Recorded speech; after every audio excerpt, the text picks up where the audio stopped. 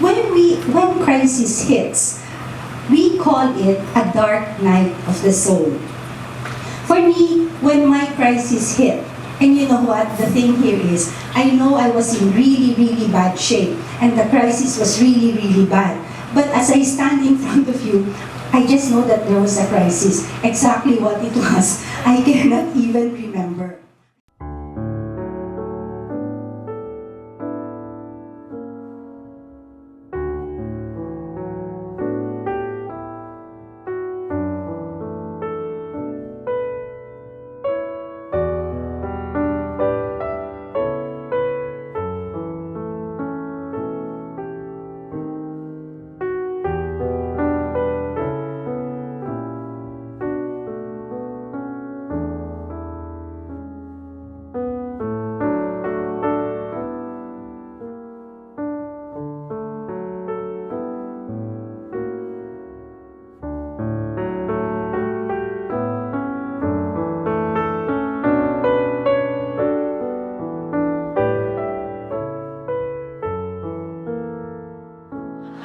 So then, here we go. The personal consciousness is what we say your ego, what you built your life to be known by others. Underneath that personal consciousness is this personal unconscious. These are things that you used to know, but you don't know anymore because it's not important. But you can sort of remember it if one of your five senses is triggered.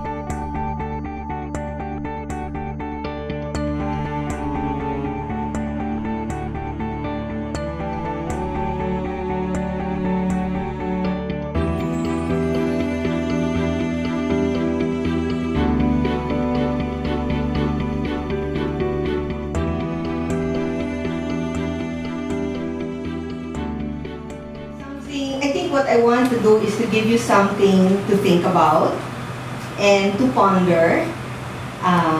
What's the mother complex operating in you, even if you're in an advanced age like me? I have a lot of thoughts about that, and what it is you created in your children.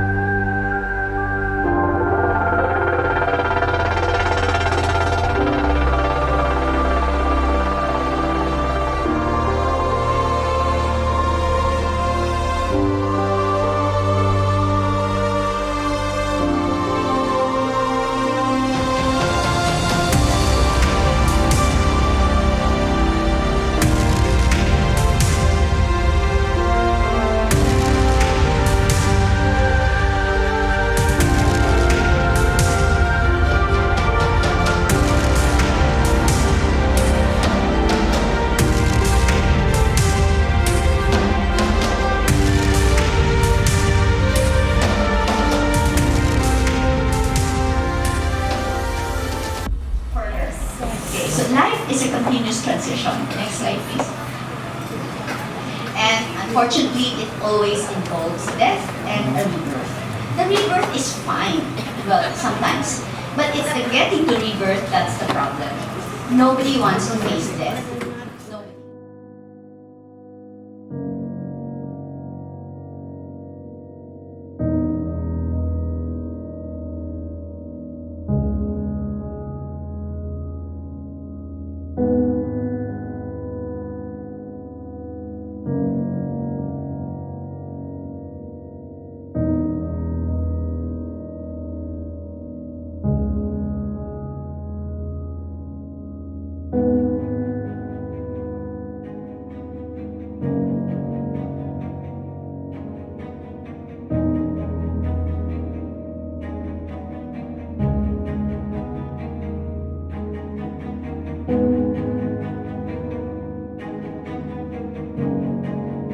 In a light bulb moment, I saw my animus, which is my archetype of masculine, as quite immature because I was constantly in love with my ideas.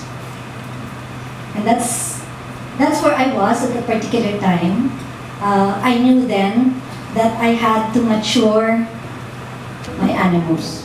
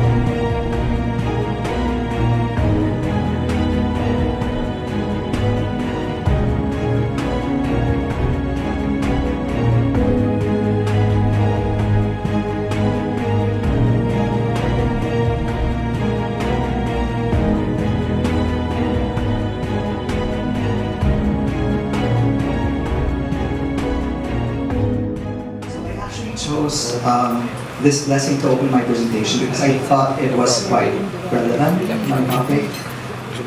As active imagination is really all about making the unknown known. It's really about making the unconscious conscious, or at least a little more conscious than it was previously.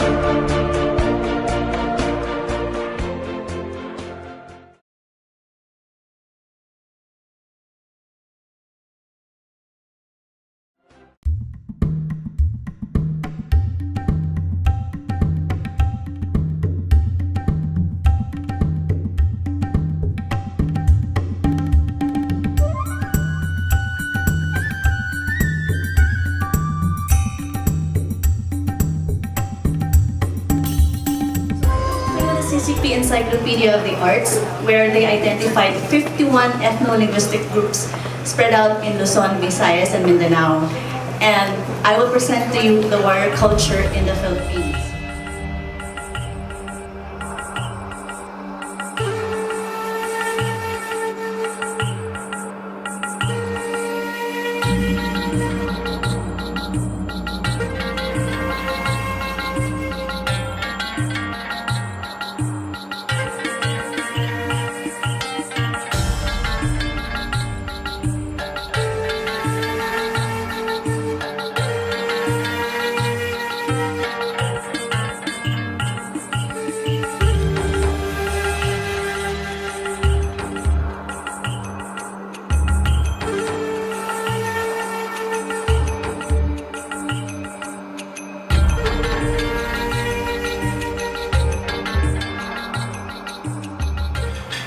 Alam nyo, Filipinos are so ancient na but we don't realize it. And the reason is because of historians.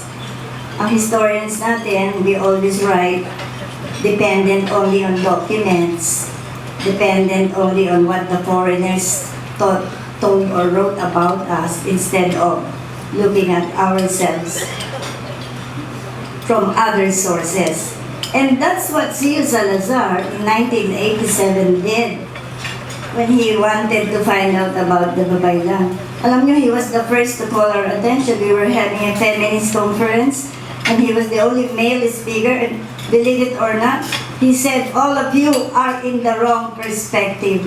You're all coming from feminism when the unconscious the collective unconscious of Filipino women is not feminism, but babaylanism.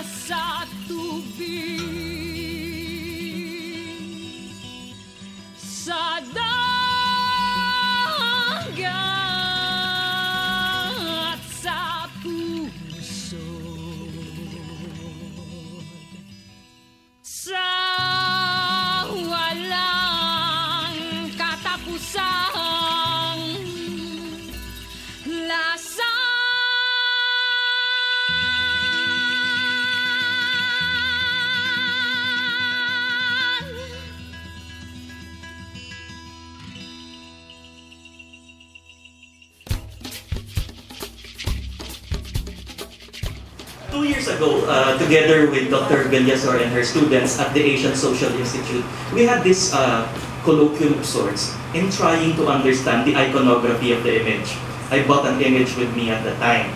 And we tried to analyze it and we discovered something.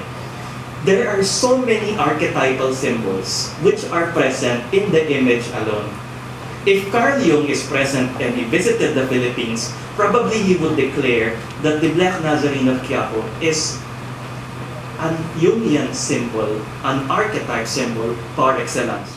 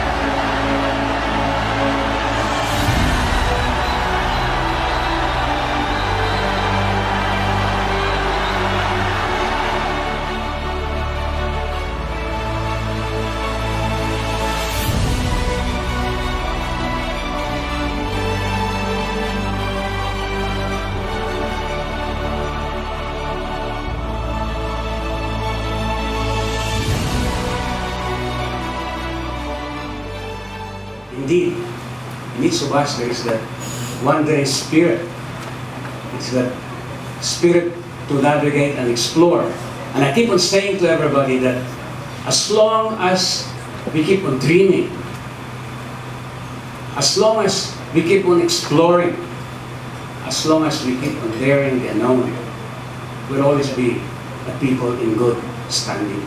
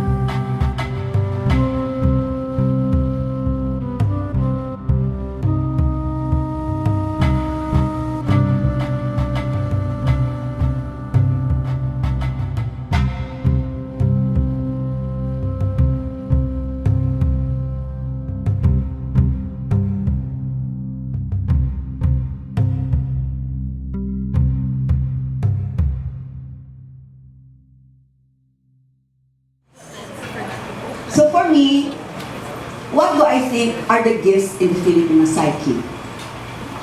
Next. The Filipino is an artist. Okay? We do not have to go very far.